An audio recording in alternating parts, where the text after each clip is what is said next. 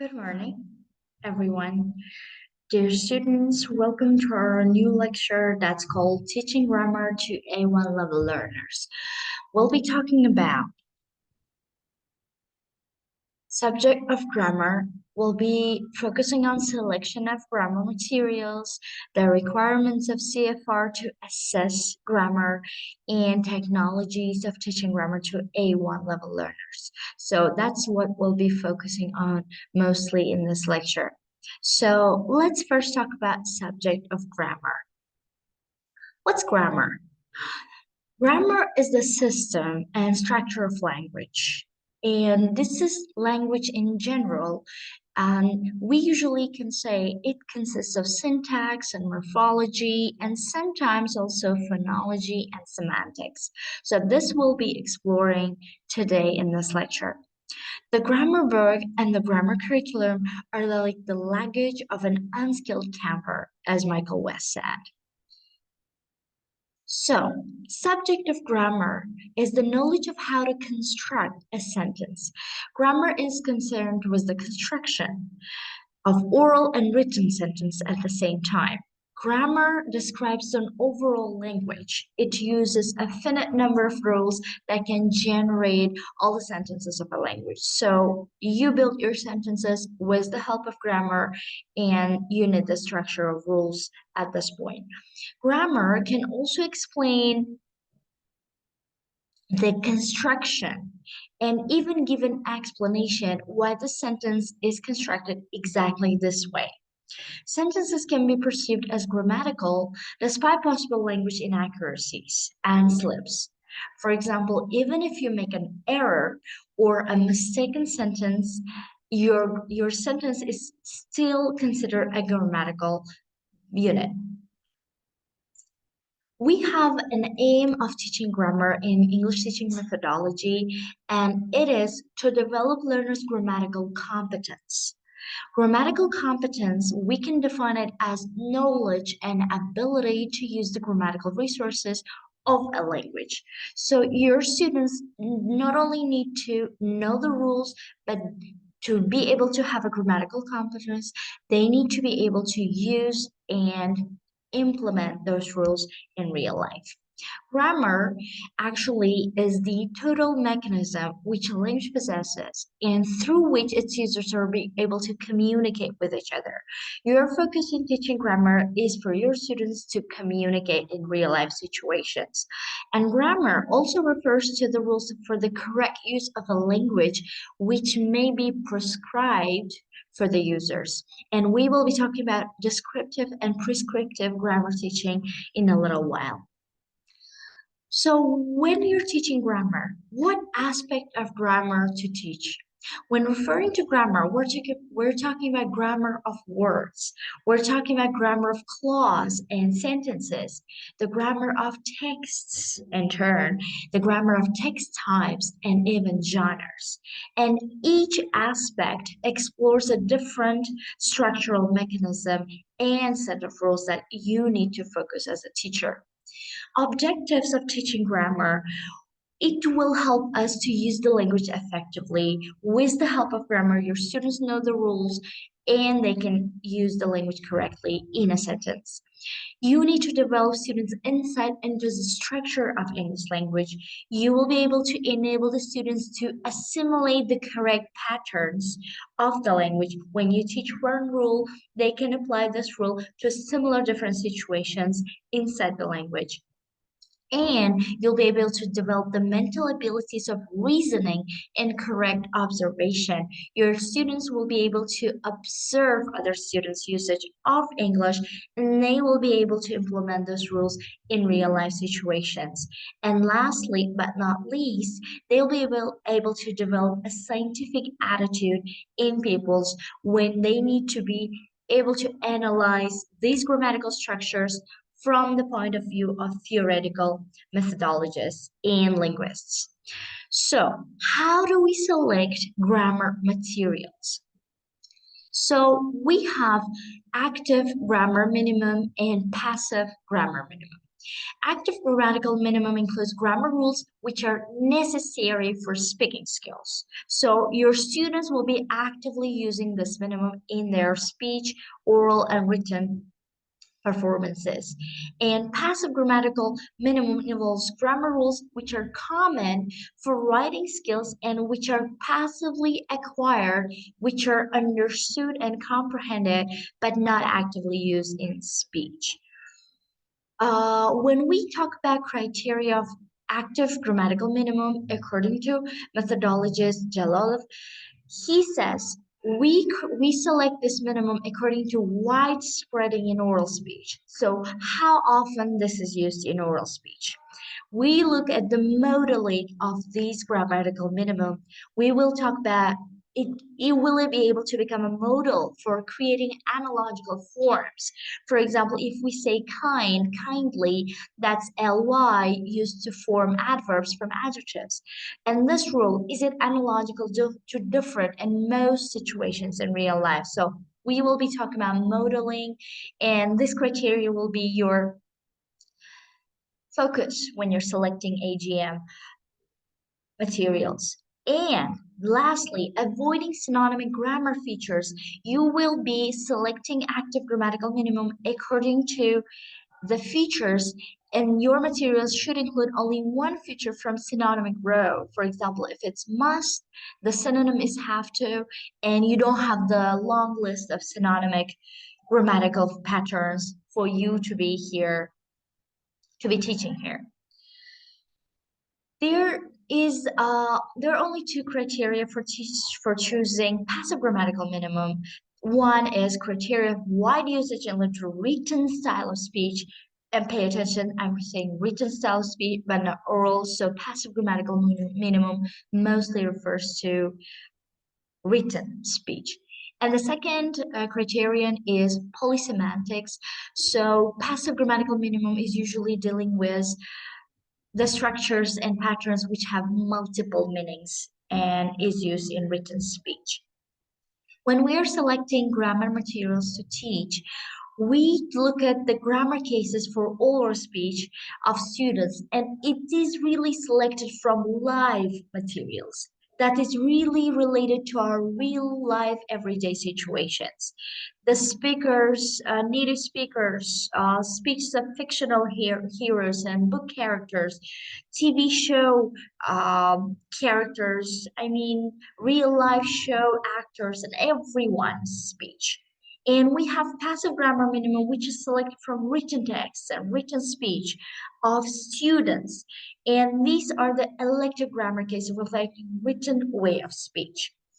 Active minimum is selected for first and seventh grades, and passive grammar is mostly selected for a little bit higher level students.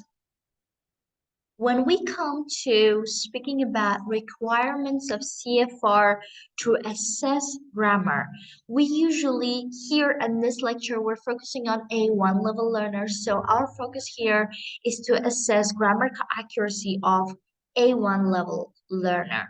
So A1 level learner, what can they do?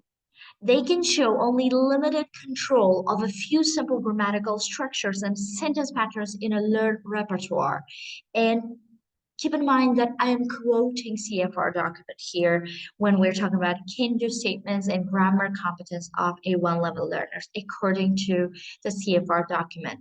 Grammatical competence according to state standard for teaching languages focuses on three aspects. First of which is parts of speech. They are competent in using basic rules of syntax and present and past tense for forms, etc. So we're talking about basic grammatical patterns here. According to the state standard, grammatical competence is a learner can use simple grammatical and syntactic structures in communicative situations. They can connect words and phrases with the conjunction and, pay attention to this point, correctly narrate sentences using verb forms in simple sentences and describe stories and events in the correct sequence. So this is what A1 level learners can do in grammatical competence. In grade one, grammar phenomena are presented via lexical approach. So the focus usually here is the lexicology, the vocabulary students learn, and grammar phenomena is usually taught through lexical resources. And if you pay attention to my slide, I have provided multiple lexical resources through which you can teach grammar phenomena to your A1 level learners. And now, how to teach grammar to young learners? Because when we say, in this lecture, when we say A1, we usually mean first and fourth grade students at this point. Can we teach grammar to young learners? Basic questions. So, what type of grammar should we teach to young learners? What type of activities are appropriate? So, we should first answer these two questions from methodological point of view. Do children learn differently from adults? Yes. Theories about how young children learn are not different from theories about how teenagers and adults learn language, therefore grammar. But there are special considerations regarding how children learn everything. So it's different. English for young learners. Teachers should keep in mind that children have an amazing ability to absorb everything new. They don't understand your abstract concepts and theories.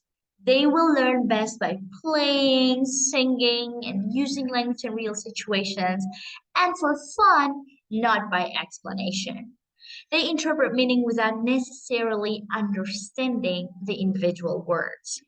They learn indirectly rather than directly. So if you think about this, you're teaching grammar, but actually your children are not noticing that you're teaching this grammar to them. So what else these teachers should remember? Very young and young learners, you know the difference in these ages, need to be praised, or else they will give up your class. They can use language before they understand clearly. See, your students can just repeat after you without even understanding what they're talking about. They need to be absolutely sure of what to do. So you need to give clear instructions when you're going to give instructions to them. They learn through their eyes, ears, hands, and their senses. They're very physical at this point. They get easily bored and need variety of tasks, rules, activities, everything in your class.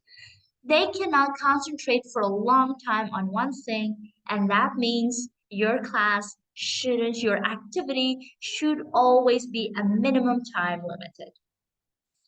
Your children cannot always differentiate fact from fiction. So keep in mind that they cannot just identify this is a fact, this is a fiction, this is an opinion. So be sure that you are differentiating it for them. They don't always ask questions, they pretend to understand. This is one of the peculiarities that kids have. They always pretend to understand you, and sometimes they have a zero comprehension. Remember also that children change dramatically from one year to the next. So your kids at the first grade will be completely different from the second grade, and the same situation for third and fourth grades. There is a question. Should the focus of grammar teaching for the young learners be on form, on meaning, or on use? I'll answer that. First of all, this is a false question. Attention to all three is warranted, but in order for it to work, teaching techniques must be appropriate for young learners. I mean, presentation, practice, and production should be ensured. Every stage in your class should be there. There is an approach called eclectic approach for teaching grammar, and this is a desirable, coherent, pluralistic approach to language teaching, which involves the use of a variety of language learning activities, and each of which may have very different characteristics and may be motivated by different underlying assumptions. So this is not my definition. I'm quoting Larson, Freeman, and Mello, but this is a really one of the golden approaches to teach grammar to children.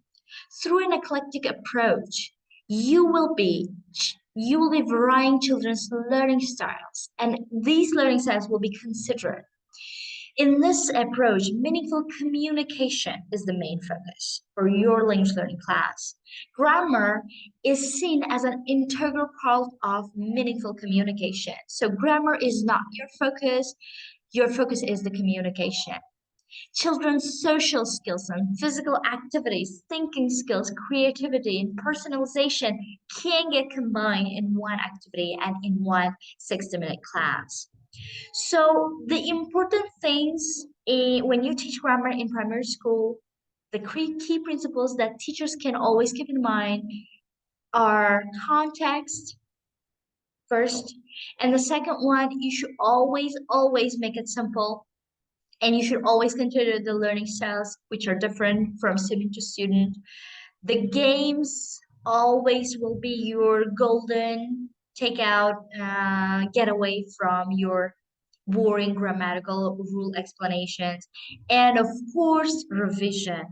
Children tend to forget everything very easily and very quickly, so you need a constant revision, and especially with the help of the games, so that your students can remember this rules and grammar patterns. Children cannot understand abstract concepts, schemes, and apply grammar rules. They will not understand your formulae. You cannot just have them sit and listen to the rules, and you cannot make them write down these rules. It won't work with the kids. They do need a clear, meaningful context, which you provide for teaching this grammatical pattern. It can be a situation to start out, a, a rule that they can deduce themselves. They can figure out the rule themselves. This way, they will remember better. The context will help them to connect the language to a specific situation. They will be able to find patterns in this real life situations. Teaching should be theme based. Every lesson should be a theme, should be a context. They listen to the dialect where the target language is used. Let's say you're teaching present simple, but you can tell a story. It's a one day in a puppet's life or one day in your life, and you're telling it from a puppet's voice, and it's really interesting and meaningful, and it's context based. And this way your students will remember present simple better than when you explain a grammar pattern with the help of a structure or a rule. Make it simple. The language you use to set a context, clarify the rules. Focus on the grammatical form, should be graded according to the student's level.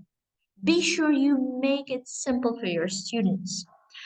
Always consider your students' learning styles, which are usually most of the time different. We have visual learners, we have auditory learners, we have kinesthetic learners, and we always learn differently. Consider and plan your activities and lesson plans accordingly, according to these learning styles of your students. So we have different ideas to teach grammar patterns to kids. And one of the examples I came up with to show you was snowball. Um, Games like snowball and other games, they will motivate your students. Your students will not consciously see whether they're learning it. They will just learn this grammar pattern with the help of your game. See, for example, if you're playing snowball and the topic is present simple, you say a sentence, have the student repeat your sentence and add the next part. And with the help of a snowball, you throw it, your student says it back and throws it back or throws it to the next student. They're playing a game while they're repeating and learning and figuring out the rule themselves. I have some more examples for games for teaching grammar. I have a chain game, I have a zip zap game, knots and crosses, board games, games like true false and miming, games of like role plays. I mean, there are hundreds of games uh, on board in teachers' resources that you can always use to teach grammar to your kids. And revision, yes, young learners need to review the material from time to time.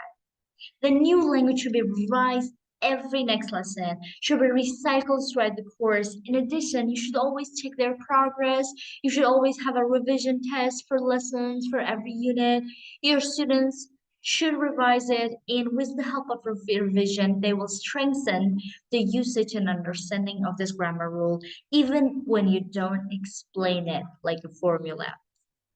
So I have some questions for you to consider for your lecture seminar preparation. I really want you to focus on and answer the question, what is grammar? What do we mean by the active and passive grammar minimum? If you remember, we talked about this. And think over the grammar item, criteria, and source of selection. And I really want you to focus on one or two grammar teaching games for children aged at this age range, and leveled A1, and you come up with your example of grammar teaching game for kids. Thank you for your attention. This was our lecture on teaching grammar to A1 level learners. See you in our next lectures. Bye bye.